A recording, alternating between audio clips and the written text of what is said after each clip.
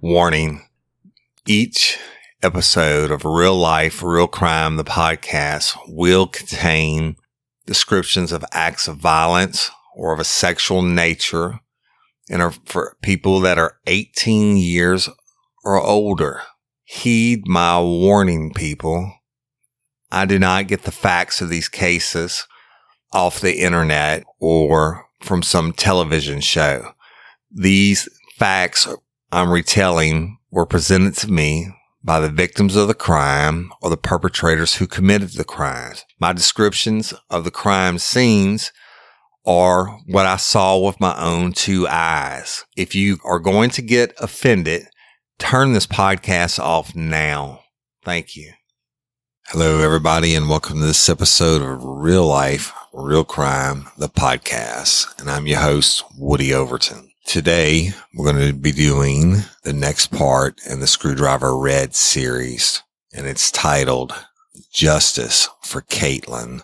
Before we start, I want to say stay tuned at the end of the show. And as always, I'm going to be giving some shout outs to our fans and making some announcements about some exciting things we have coming up. And also we'll be doing a promo at the end of the announcements for a podcast called Genuine Chit Chat and the host Mike Burton. So y'all stay tuned for that and check it out at the end. Okay. So when I left you last, Mark Lewis had been arrested, charged first degree murder of Kaitlin Adele. And approximately a month later, maybe a month and a week, I think it was the first week of March, we had a grand jury on Kaitlin's case. The grand jury, was a secret meeting of 12 people. It's run by the district attorney, and the district attorney puts on evidence of what they have, and they let the jury decide what to come back and charge the person with. And so we did it, Ben testified, basically to the same facts that y'all have heard already. And the grand jury returned with an indictment of second degree murder, which that's a still mandatory life in prison for Mark Lewis if he gets convicted. Now, death penalty, I think it's warranted in this case. Certainly I do. And I think probably every person that sat on that grand jury thought the same thing. But to be technically fair, it's probably a really hard one to do, to get the death penalty in this case. Not because it's not a horrific crime, because it is, but all the evidence we had was what they call circumstantial evidence, right? We didn't have anybody to put Mark Lewis and Kaitlin together that day physically, that saw them together. We didn't physically, for sure, have the positive crime scene. I mean, everything we have is circumstantial, but it was good circumstantial. So today we're going to talk about the time from when Mark Lewis was locked up, go into the trial and see how far we can get. The first thing I would like to talk about is Kaitlin Adele. And she was 13 years old and lived with her mom, and just everybody loved her. Her funeral was held that week after she was found in the bayou, and it was a sea of pink. Everybody had pink on, pink ribbons, pink shirts. Miss Danette, the mom, said one little girl came up to her at the wake and handed her a pink softball that was signed by all the players, and she thought it was one of Kaitlin's teammates on the French settlement team. But later on, when she got home, she realized that was a softball from a whole nother town. It's called Springfield, Louisiana. That was from their softball team, and it's really reached out and touched people. The death of this sweet baby girl. I told you my own daughter was the same age, and her name was Kate Lee. So it was I'd worked a lot of homicides and stuff, but this one's just always been tough. And the mom was such a sweet lady, Miss Danette. I think the overwhelming support from the community, it just came out and just absolutely supported Miss Danette, Adele, and the family members in their time of grief. And the whole community came together. It's such a testimony to the people down here, not only in South Louisiana, but from all over. I mean, she had people from all over the world sending her stuff, and certainly all over the United States. But they laid Kaitlin to rest, and it didn't stop there. Somebody put together a bass tournament. I don't remember who it was, but they put together a bass tournament and it raised like $8,000, I think, for Kaitlin's funeral expenses. If you don't know what a bass tournament is, you live outside the country, it's a tournament, a fishing tournament, and it's a certain type of fish they fish for. Each boat usually has 2 people in it, and they charge you an admission fee per head. And whoever has the most weight of fish at the end of the tournament, whether it's 1 day or 2 day, they win the prize money at the end. But just that tournament alone raised a lot of money. And then in May, 4 days or 3 or 4 days before what would have been Kaitlin's 14th birthday, they put on a huge benefit for at a place called the Moonlight Inn. And the Moonlight Inn is right in the heart of the French settlement country, if you will. It's a mainstay, long-term running, I call them swamp bars, but everybody knows about the Moonlight. And there have been a lot of famous people that have played there over the years. And it's a local watering hole. And man, the owner, and then really put it out. And you had all these small businesses came out and donated stuff. There was food. There was jambalaya, spaghetti, hamburgers, hot dogs, snacks, cakes, whatever. I think they said they sold like, I don't know, 300 or 400 plates of jambalaya, and they sold all the food, like 250 spaghetti boxes. And one lady that had donated a cake, they had an auction also. And one lady donated a cake, her coconut cake sold for $100. Another restaurant, I think it's closed now, Dutch's Seafood, they had some $50 gift certificates. They donated and they sold for like $100 each. So people were paying way above and beyond just because they could. Budweiser sponsored it. Miller Lite sponsored it. They had Budweiser coolers that were going for $500 at the auction, and just can't really say enough about what the people did to support Kaitlin. And so what did Miss Danette do? This is a lady who lost her only child. And I'm a father of 4, man, and I can't even fathom it, right? And she lost her only child in the most horrific way possible. And it goes to show her character. What does she do? She takes that money from the fundraiser and establishes a scholarship in Kaitlin's name to be given away to 2 French settlement high school seniors, one that's shown the most improvement in basketball and one that's shown the most improvement in softball when they graduate. And Miss Danette said, I'm going to make sure I'm part of the process. And I don't want them to give it to the best player. I want them to give it to the most improved player, because Kaitlin wasn't the best player, but she worked hard every day to be better and better at it. And she loved softball and basketball. And Miss Danette said she wanted the scholarship to go on year after year. And it was going to be funded by the recurring bass tournaments and benefits that are put on by the Moonlight and them every year for sweet little Kaitlin. So that's to the character of Miss Danette. God bless her, be able to step up and turn the tragedy into a blessing for other people's lives for years and years to come. Meanwhile, let's get back to the case. Okay. So Lewis is locked up. What happens detective wise? Well, I told you we did the search warrant on his residence and took his computer. So it's being gone through forensically, right? And the phone records are being looked at on Kaitlin's end, and the truck is being processed. We know they found some blood and some blonde hairs in the truck, but that has to be identified by DNA. And I believe to help expedite the process, part of it was actually sent out to a private lab because the state police were just so backed up with the DNA. And other witnesses are coming forward and giving statements about Lewis and pretty much his depravity, what a piece of shit he was. And I'll go into that in a little while when we're talking about the trial. So the case proceeds, and you have your usual motions and just typical bullshit. But the one thing I won't forget about it is every time there was a hearing about Kaitlin's case, that courtroom was flooded with pink. The people showed up, Justice for Kaitlin shirts and shirts with Kaitlin's face on it, and everybody showed up and packed the house to support Miss Danette. And that son of a bitch walked in. And for those hearings, it's not like trial where you get to wear civilian clothing and you're not chained up. He walked in chained up like the little bitch that he is. And he would just walk in and smile at all the people in pink, right? He's a sick fuck. And the news media would catch him coming and going from court and ask him, Mark Lewis, did you do it? No, I didn't do it, but God bless y'all and have a great day. That kind of shit, smiling at the camera. He's hamming it up, and it just burned my ass, man. He just played it. I mean, he loved it. It was like he got off on it every time when he was in the spotlight. So anyway, time progresses, the investigation progresses, and it comes time to prepare for trial. It was more than a year later.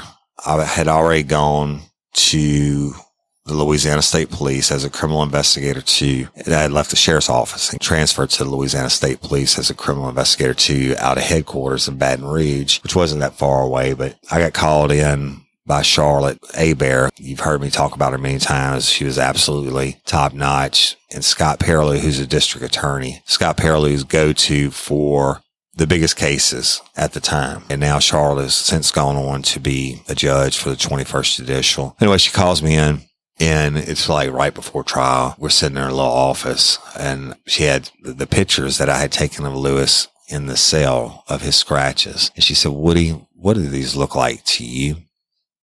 And I looked at them again, and you remember in earlier episodes, I told y'all that I knew they weren't defensive scratches. I've seen it too many times. They weren't gouges. They were almost like little dotted bumps, but significant. But it wasn't a continuous slash or tearing of the skin. It was like lines. And I told her, I said, Charlotte, shut it. You know what? I remember seeing that night and seeing him wiping the blood in a tissue and looking at the scratches and looking at them when I took the photographs of him. And I had him naked in the cell, and he even had a couple on his leg that weren't as prominent as those. She said, yeah, here's a picture right here. I said, yeah. I said, I don't know. I said, I know it's not Kaitlin's fingernails. So she said, no, it's not. She said, well, look at this. And she had pictures of where Kaitlin's body had been found in that bayou in Ascension Parish, but it was daylight photographs. And remember, when I went out there that night, it was already dark when they were pulling Kaitlin from the water. But I told you about the thick undergrowth in the trees. I mean, it was a perfect spot for the little bitch to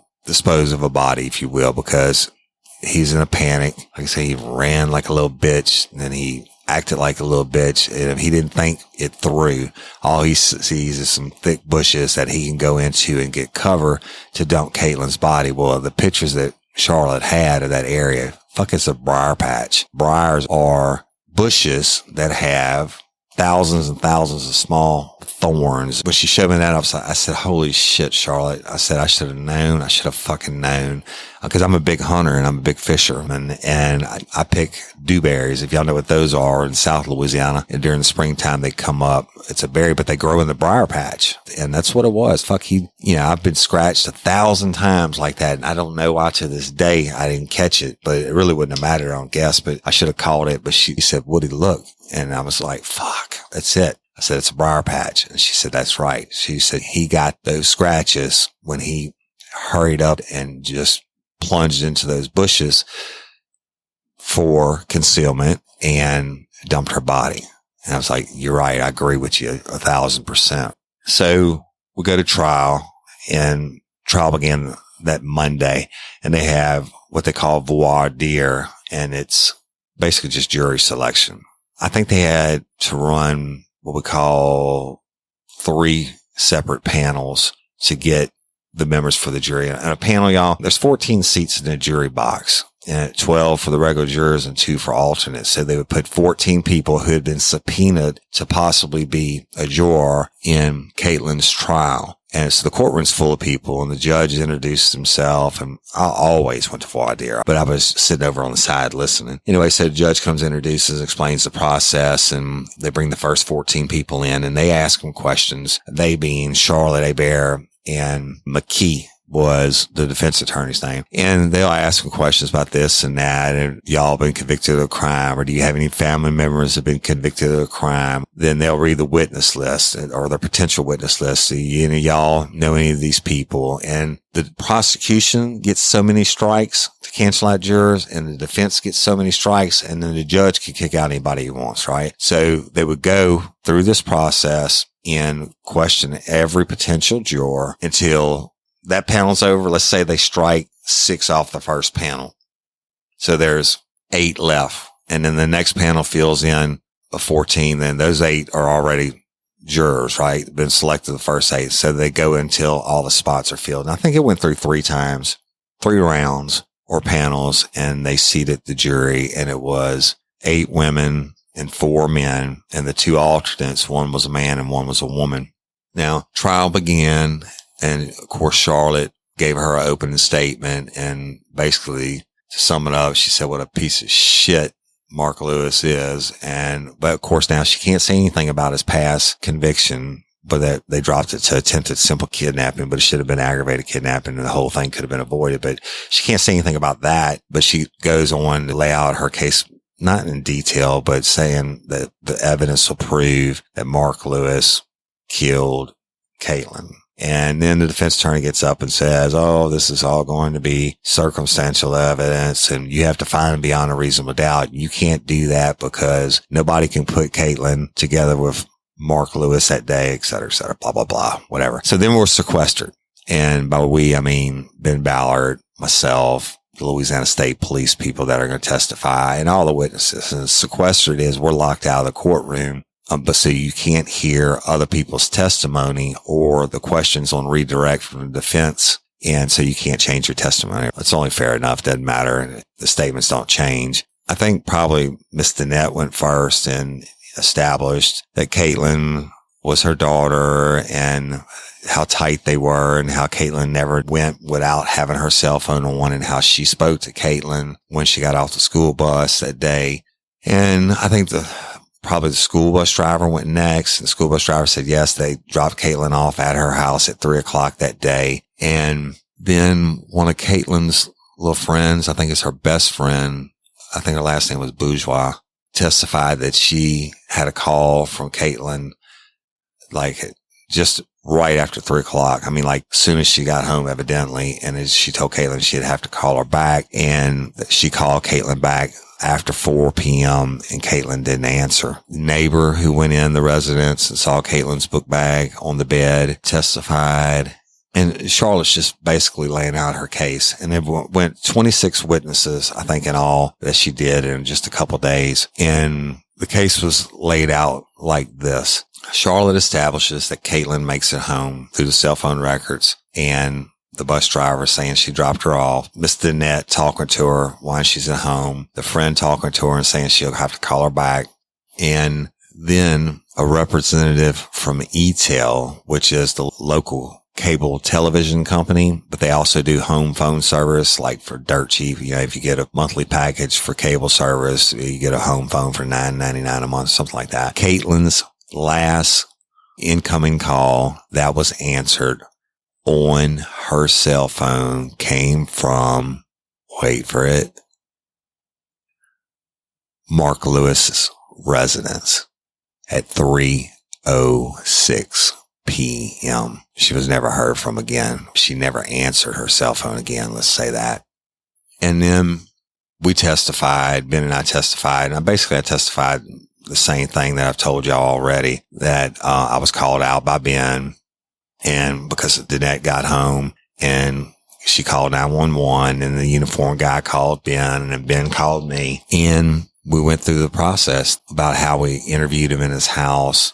The washer and dryer were going. He had fresh scratches on his face. He takes the comforter out of the dryer and goes and puts it on the bed. I had Ben go outside and ask the wife, did he ever do the laundry, and would there be any reason for him to do the laundry? And she said no. And come back and ask him, and he says, yeah, he does the laundry all the time. Now, you have to remember also, we had the knowledge from Ben Ballard that Craig Semino had called in and gave a statement about Mark Lewis coming to his house and all that transpired after that. So, including him being Lewis, asking Semino to alibi him for about 4:30 p.m. that afternoon that Kaitlin went missing. Ben testifies to his, I testify to mine. And we build it up all the way up until the arrest. And the photograph of the scratches that I did, Charlotte had them blown up, and so the jury could see it and asked me, and I answered. And then trial progresses. The defense attorney, he's a fucking dumbass. I mean, he just tried to naturally say that we had tunnel vision, or I had tunnel vision, and I never let the investigation go anywhere else besides Mark Lewis. And I said, you're absolutely right. I said, I never got off of Mark Lewis. And he said, why not? And I said, because the evidence pointed to him. And I said, I had to work this case as any case to conclusion. I said, I'm not telling you if somebody else had come up and another angle that it wouldn't have been worked. I said, but I'm telling you, your boy showed up with scratches on his face, and he lied about being at work, and he lied about going to visit his mama in the hospital, and he lied and tried to get Craig Semino to lie to him to alibi him out. Every time I'd say I would point at Mark Lewis, and I kept pointing at him. He just turned beet fucking red. And I would do that, y'all. Courtroom tricks. I would never look the defense attorney in the face. Every time I'm answering a question, I'm turning to my left and looking at the jury in the eyes and pointing at Mark Lewis, saying he lied and he asked for an alibi for the time that Kaitlin was murdered or disappeared. And he is the one with the fresh scratches on his face, et cetera, et cetera. It's pretty powerful stuff. And I learned that from Kearney Foster, who's probably the most brilliant detective mind ever of all times. But I watched him in another murder trial when I was a rookie detective do that. And it's very effective, and did it to the point where I kept pointing at him. Lewis actually reached up and grabbed McKee's sleeve and said, make him stop pointing at me. Like, fuck you, Lewis. Of course, I couldn't say that. And so I testified what I had to, and McKee got off of me pretty quick because he realized, hey, I'm not going to shake this guy up. I'm not going to rattle him. And I'm doing more harm here than good because he's up here pointing to my guy, driving home all the bad points about him. So I was pretty much quickly dismissed. Charlotte might have asked me a follow-up question too. I don't remember, but it wasn't important. Or just would have been because she was sharp. If there was anything McKee might have planted in the juror's mind, she cleared it up. So I'm dismissed, which means I can come back in and sit for the rest of the trial, right? Which I always do. During my testimony, I explained about getting the search warrant for Lewis's truck and having it sent to the crime lab and doing the search warrant on the resident's computer and all that stuff. So the Louisiana State Police crime lab people start to testify. The assistant coroner from Ascension Parish, I think, actually testified first, and she testified that Kaitlin was strangled and that she was found with her clothes on, all of her clothes on, including 2 jackets, but her pants were unzipped. Then the crime lab techs, the main one being Patrick Lane, and he's an old school veteran. And Patrick, I hope one day you get to hear my episodes because I have several that include you in it. But Patrick was the chief examiner of firearms and all the different things. I mean, he's just shit. He's the CSI guy. If you ever watch those shows, which I don't, but whoever leads the CSI people, Patrick Lane's the one. I know he had to be the most senior lab technician for the Louisiana State Police. So Patrick Lane gets up there, and McKee, the defense attorney, starts to go at him and basically talking about the hairs and the blood drops that were found in the back seat of Lewis's truck. And he is trying to discredit Patrick. And Patrick's like, you want me to explain that to you? And the dumbass defense attorney says, I don't know. Do I? And Patrick said, well, let me explain it to you. And then he explained that the blood and the hair were found down low on the seat. And it's his experience that was consistent with the body being dragged from the vehicle. And so it just shut McKee up, right? And I don't know, y'all, let me tell you about the blood real quick. The reason there would have been blood if someone's choked to death, when you crush the neck like that, you actually have blood vessels inside of your neck that are crushed. And I've seen it several times that blood actually comes in the forms of almost spittle that lasts. When they're spitting out, choking up, the blood comes out. So that's where that came from. And the hair is obviously Kaitlin she didn't have short hair. And I think he, being shitbag Lewis, had her and choked. When you grab somebody like that, you're not going to take your time to move the hair out of the way. So I think he had his hands around her neck and choking her with the hairs in his hands. So that's explained. But then there's other things that are added. His computer comes back. The computer expert testifies that, first of all, somebody at the Lewis residence viewed Kaitlin Adele's MySpace profile the night before she was kidnapped and murdered. They also testified, the computer expert testified that Lewis was watching pornography all day long, pretty much from the computer. I mean, there was nobody else home. The wife was at work and the stepson was in school. That's proven. And so it had to be him, right? Plus we had the neighbor testify that Lewis's truck was there all day up until 2 p.m., sometimes shortly after 2 p.m. when she left to go wherever she noticed it was there. So he's there pretty much all day beating off to porn. We know he checked out her MySpace the night before, and whether that fantasy covered over to the next day. And his employer from the tow truck company takes a stand and testifies that Lewis called in that morning and said he wasn't coming to work. And no, he was not at work and did not get scratches from a tow truck hitting him in the face. Fucking lame excuse, right? And he did not get in a fight that day or the day before at work. And the last time he was there, he had no scratches. It's just Charlotte picking apart everything that Lewis could say, or everything that he did say, and proving him for the piece of shit liar that he is. She being Charlotte, put on the K9 handler that came in. Remember I told you about the dog that is trained to smell decomposing flesh. And that man came in and testified that the K9 alerted on the washer and dryer and on the guest bedroom area. Boom. And he explained in detail about how the dogs are only trained to smell decay in flesh and how instantly whatever the chemical is swaps over. I'm no scientist, but you get the gist of it, right? You kill somebody, as soon as you kill them, dogs are trained to pick up whatever scent it is that gives off. So he testifies. Then Charlotte puts on Lewis's stepson. The boy's name was Michael. I think it was his stepson. And he testifies that he did not look at Kaitlin's MySpace the night before. So again, that shows that it had to be Lewis, right? And he testified that Lewis did not have scratches on his face. He saw him that morning before he went to school. And then Mark Lewis did not have scratches on his face before he left. So there was another guy. What was his name?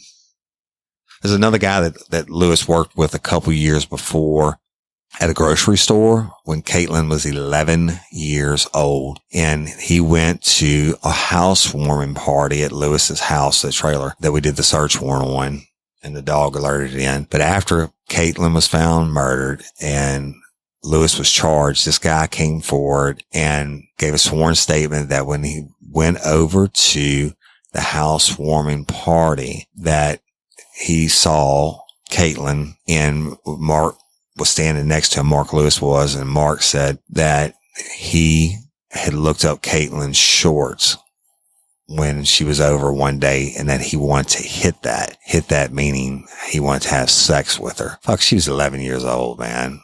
And when a question by the defense attorney, the guy says that, hey, I didn't know. I thought maybe he was clowning around or something. I didn't know, but I thought it was important that I came forward and said that after I knew that he had been arrested for her murder. I mean, fuck. So that was another key piece of evidence. And I don't think I'm leaving anything out, y'all. Well, let me do this. Charlotte put on Mark Lewis's daughter. And this is, remember now, when his daughters would come over to play, Kaitlin came over every time. And the daughter testified that Kaitlin always rode in the front seat, that she never saw her in the back seat of Lewis's truck. Ever. I think that's because as part of Lewis's fantasy and grooming over the 2 years before he killed her. I mean, he's looking at her panties through her shorts on the couch, telling his friends then he wants to hit that. And what does he do for the next 2 years? I mean, he wants her over there all the time so he can continue his fantasy and try to groom and build up to his day, right, of hitting that. And when the daughter testifies that she never, ever sat in the back seat of the truck, she being Kaitlin, then that absolutely takes away any reason for there to be Kaitlin's DNA evidence and blood and hair low down in the back seat of the truck. And the little girl did well on the stand until Charlotte asked her to point out her dad in the courtroom, and the little girl pointed at him and she started crying. So it pretty much wrapped it up. And I mean, there's 26 witnesses, y'all. I know I'm leaving something out, but you get the gist of the case and how it was handled. In the closing arguments, the defense attorney's whole deal was that the cops got it wrong. They got tunnel vision. They never looked at anybody else. It was circumstantial. We couldn't prove it beyond a reasonable doubt. Nobody could put Lewis and her together, and, just basically saying we got it all wrong. And that he said that anybody would have got up there and testified against Mark Lewis just because he seemed like such an evil guy, because he was accused of killing a little girl, right? And so, fuck you. That's weak. I guess his attempt to cover up the guy who works at a supermarket being at Mark Lewis's housewarming party and him saying he looked up her shorts. The fucking pervert. And you know what? Craig Semino, y'all know about him from the previous episodes, key witness. He testified to everything we talked about before. And anyway, that's it. So the defense attorney says we got it wrong. Then Charlotte closes in. And what I won't forget from her closing is she basically sums everything up, and she ends it with this. You go back and you find him guilty of murder, and you come out and you give the guilty verdict. Guess what? She turned and she pointed at Mark Lewis. She said, he won't be surprised. He already knows he's the murderer. And that was pretty powerful shit. And Charlotte was good, right? So they take him out, the jury, and the judge gives instructions on what you can find him guilty of, what have you, whatnot. And the jury goes out to do the vote. And I'm going to stop it right there because I have some very, very important material to add in at this point before the jury returns with their verdict next week. And it's way too long to go into in this episode. But I do believe I'll be concluding the Screwdriver Red series next week. But it's very important that you tune in. There's more murder, and I believe more victimization by Mark Lewis that's not even known yet and wouldn't be known until many, many, many, many years later after the trial. So y'all stay tuned, and it's important. It's a hard story to tell. The next section is going to be pretty emotional, but you won't regret it. Okay. So that's it. Tune in next week for the conclusion of the Screwdriver Red series. And I'm your host, Woody Overton, and don't let me catch you down on Murder by You.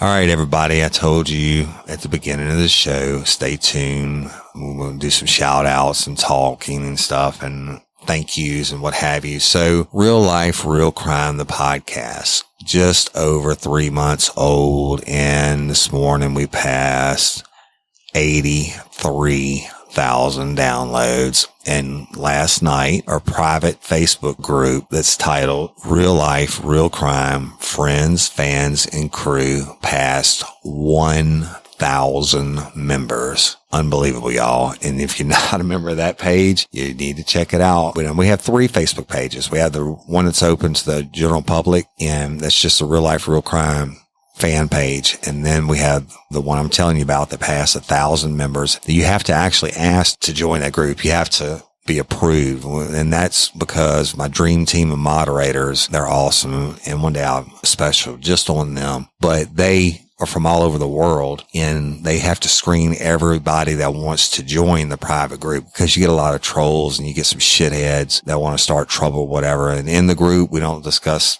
politics or religion. There's no hate speech or anything like that. It's strictly about real life, real crime. And there's a lot of bonus material in the episodes and a lot of contest, and just so awesome. All the fans from around the world sharing their thoughts and about different things. Shit, it's just a plethora of information and fun. I mean, I'm on it like 1,400 times a day, it seems like. But I was looking at the stats last night when we hit 1,000. And we had almost 13,000 posts and clicks and likes and shares in the last 29 days, over 13,000 interactions. And that's a lot. If you're not a member, check it out. I mean, it's for your benefit. I don't get paid for you being in the group or anything like that. But I think if you like real life, real crime, then you'd be remiss to not check it out. We have one dream team moderator who we're just going to call her a researcher, Karen Ortolano, who comes up with shit that you wouldn't believe. She's found a lot of articles on our episodes, which we're going to be posting to our regular website soon. And she's found articles on me from my career way back when that I didn't even know existed. Just a lot of super cool stuff. And Dream Team moderators, I love y'all. Appreciate you. You know who you are. And we're rocking it. We're killing it. And then our third Facebook page is Real Life, Real Crime. Lanyap, it's a Cajun word for something extra, free, or bonus. On the Lanyap page, it was started by my wife, Cindy, and it's a way for fans to interact about things that they like, hobbies or whatever it is they're growing in their garden or what have you. And I requested to exchange beers and hot sauces and stuff with different fans. And Anthony Parliament sent me a hell of a box of beers of flavors you couldn't dream of. And we did a video on that, and it's on that page. And then the other day Cindy and I got in a package from Cassie Wallace, who's from Bowling Green, Kentucky. And she sent us some of the most delicious Kringle. It's not a cake. I don't know which is like a huge pastry thing. There's 2 of them. Then she sent me 4 different bottles of Bloody Mary mix and a thing of hot sauce. So Cassie, I appreciate that. And that video's there. And we have another Dream Team moderator post on there in the evening times when he's cooking or doing his garden, Ryan Horan, my buddy. And Jenny White, whose husband does the most outstanding coins in the world. I'm pretty sure Lanyap was created the page after you sent us the packages of coins, but Jenny White has sent us 2 packages, and one with some coins, and then she sent one to my wife with a keychain on it. Anyway, those videos, if they're not on the Lanyap page, then go to our YouTube channel. It's Real Life, Real Crime Podcast, and you have to go to the little search engine box thingy, whatever they call it, on YouTube, and you type in Real Life, Real Crime Podcast, and it'll bring you to our page. And it has every one of our episodes, every one of our bonus episodes. It has the videos I'm telling you about, and it'll have more videos that we're going to be uploading from the Lanyap page on it. And so y'all go to YouTube and subscribe, okay? And just check us out. Now, Patreon members, well, it's awesome, y'all. The Patreon is a way to help monetize Real Life, Real Crime, the podcast. And no, we're not profitable by any stretch of means of the matter. And it takes a lot of time and effort to do this, but we do it because we love it. But Patreon is a way for members to support us financially by pledging X amount, and whatever amount they pledge, they get a certain gift tier or gifts or bonus materials, what have you, from Real Life, Real Crime and me. And so I want to take a minute to talk about our latest couple patrons. Okay. One is Maureen. I don't know what your last name is, Maureen, Maureen. And Maureen has already messaged me since she became a patron member about an idea as to who to have for a guest on the show. And Maureen, we're absolutely going to do that. I talked to that person today and she's down with it. Maureen, thank you for being a patron member. We love you. Thank you for your support. It's awesome and it really helps out. Thank you. Thank you. Thank you. And then we have Miss Meg, and the last name is Mihaly. I said Mahaley. Meg Mahaley. Join Meg. We really appreciate you. I love you. And thank you for supporting the show. It's huge. And don't forget to use y'all's hotline numbers where you can call in anytime and say anything you want or ask any question you want, etc. And when I get enough, I do hotline episodes, and they've been a huge success in the past. I'm talking about we had thousands of downloads instantly off of them. So people like it, y'all. But the Patreon members, if you don't want to use your voice, you hear me say this every week, but I'm going to say it again. You wouldn't believe how many people don't want to hear their own voice, right? So if you don't want to use your own voice, text me your message and I'll read it on the show. It's a fun thing, y'all, and we enjoy it. So thank you, Meg. Now, this next two, John Laudermilt and then Tanya Hano. That's Hano. These two I worked with. Now, you heard me in a couple episodes talk about John Laudermilt, especially if you're a patron member, because I think most of John's episodes were locked up in the patron vault. And John was my supervisor in uniform patrol at the sheriff's office, and we were peas in the pod, right? We even share the same date of birth, February 5th. And although I won't say who's older and who's younger, John, like personalities, and he would go on into detectives, and then I went into detectives, and we were also on the special response team or SWAT team together. John's a super class A guy. He was a great law enforcement officer. He's out of law enforcement now. Also, he's no longer in it, but great guy. And he will be on our show in the immediate future. Love you, buddy. All right. Tanya Hano, one of my first dispatchers I ever had in law enforcement, and a lifelong, it seems like I say lifelong, 20-year long friend now. Tanya was super duper, just absolute best dispatcher a person could ask for. She knew our personalities. She knew if sugar turned to shit, she knew it. I mean, if she knew she didn't hear from me in a couple minutes, or she ever called me and I was out on a call and I didn't answer, she needed to send the posse, right? Because it was going down. Anyway, we hung out a lot in our off time, and her sister and brother-in-law were longtime dear friends of mine. I hadn't seen them in a long time, but Tanya, you tell Tony and Kim hello, and I love you, sweetie. And if you can come on the show, you got to come on as a guest, and we'll talk about some of the funny shit, right? Like the patron episode we just locked up this week. Tanya is responsible, one of the two dispatchers responsible for sending me to that call. And it's really, really fucking funny. If you get a chance, listen to it. If you're not a patron member, you want to check it out. It's rlrcpodcast.com, and check out the tiers and join up. And thank you, Tanya. We love you so much. And y'all, if you're not a patron member, I don't care. I love each and every one of you. I appreciate you. There's a reason we are breaking records and downloads for this short of a time. And that's because all of y'all are liking and sharing and subscribing. I can't ask for more than that, right? I mean, I get messages from people all over the world that just make my day. Little me, right? Who would have known? Who could have guessed, other than my wife, who could have guessed that me telling the stories would have been such a hit? And I'm humbled by it, but I'm also having the time of my life. And so if you would just tell two other people that you know about real life, real crime, if you enjoy it, or leave us a review on iTunes or wherever it is that you listen to it. I mean, we're on every platform. Okay. I don't think there's anything out there that we're not on. Stitcher and whatever. I don't know all of them. Real life, real crime, wherever you listen to it, leave us a review, and I appreciate you. If y'all could do that and subscribe and just share it so we can continue to grow. And I love each and every one of you, and I appreciate it. And we are on Instagram, and we are on Twitter, and I told you we're on YouTube, and 3 times on Facebook, and there's some other platforms that the Dream Team we're looking at. And we're growing leaps and bounds, and I love each and every one of you. And I tell you what, if you're not a member of the Facebook group, you better do it before Thursday, because this is the week we're rolling out to Crime Con in New Orleans, which is right down the street from me, practically 35-40 minutes away. And we're going to meet on Thursday night. And I don't imagine we'll stop until Sunday when we come home with hangovers. But so every night we're going to go live to our Facebook pages, and I'm going to do a live polygraph, and we're going to do some live stuff from the meet and greets, and it's going to be pretty stupid. There's no telling what's going to happen, but I promise you this, that it'll be unedited and live, raw and uncensored, just like Real Life, Real Crime, the podcast.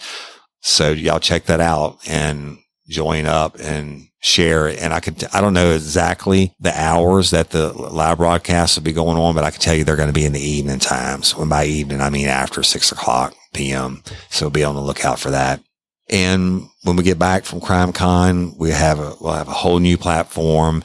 We have new equipment. We have people that are helping us with the audio and video productions and to make it more consistent and better. So that is coming. Even though we have new equipment, we're still learning it. We promise you we're going to get better each and every episode. And I think we've upheld that promise so far. We're not perfect, and we never will be in my mind, but we're working on it. I promise you we'll be better. And real quick, I got to say something about Tyler Allen. It's Allen in Minds of Madness. We did a promo for them last week. His show is just freaking amazing, and he's won all kinds of awards in Canada. But you know what? He is a super dude. He is one of the ones that reached out to actually help us with the audio portions of real life, real crime. So you can't say enough about a class act. This guy's at the top of the game. He's like #1 in Canada, or at least, one podcast of the year award up there and all that stuff, and best voice and all that. And he wants to help us. He didn't have to do that. So Tyler, we appreciate you and Becky, your wife. That's Tyler Allen with Minds of Madness. And I'm going to end today's episode finally, y'all, telling you about Mike Burton and Genuine Chit Chat. Now, Mike wanted to cross promo with us, and we absolutely love it. He's not in true crime per se. He just interviews people from all different walks of life, from the CEO to whomever. It's interesting, and really it's about the art of conversation. He does a real good job with it, and he's asked me to be a guest on the show, and I think that'll air sometime in September. So Mike Burton, really appreciate you, and we're going to play his promo now. So y'all give him a look, or a listen, I guess you would say. So we're going to play the promo now. Hi, I'm Mike from the Genuine Chit Chat podcast, where we have honest conversations with interesting people. I speak to a wide variety of guests, including CEOs of businesses, psychologists, authors, musicians, travellers, people suffering with physical and mental illnesses, and everyone in between. Where we speak about a large variety of topics, including music and movies and pop culture, but also some more controversial topics, including drug reform, political correctness, and many more. No subject is off limits. You can find us on all the usual podcast places, including Spotify, Apple Podcasts and Google Podcasts, as well as on YouTube, and you can follow us in all the usual social media places. And to be clear, I don't expect everyone listening to enjoy every episode of my show. What I do think is that due to the wide variety of guests and topics, that there'll be at least one episode that each person listening will enjoy. So if you still appreciate the art of conversation and want to hear honest conversations with interesting people, then be sure to check out Genuine Chit Chat in all the usual places. Okay, y'all, it's Mike Burton with Genuine Chit Chat, the podcast. Cool dude. When you go check him out, let him know that Real Life, Real Crime, the podcast, and Woody Overton sent you. All right. I love y'all all. I love you all, y'all. And I'm saying goodbye for today. Tune in next week. You got to hear this conclusion. It's going to blow your mind. And tune in next week. And I'm Woody Overton, your host of Real Life, Real Crime, the podcast. Don't let me catch you down on Murder by You.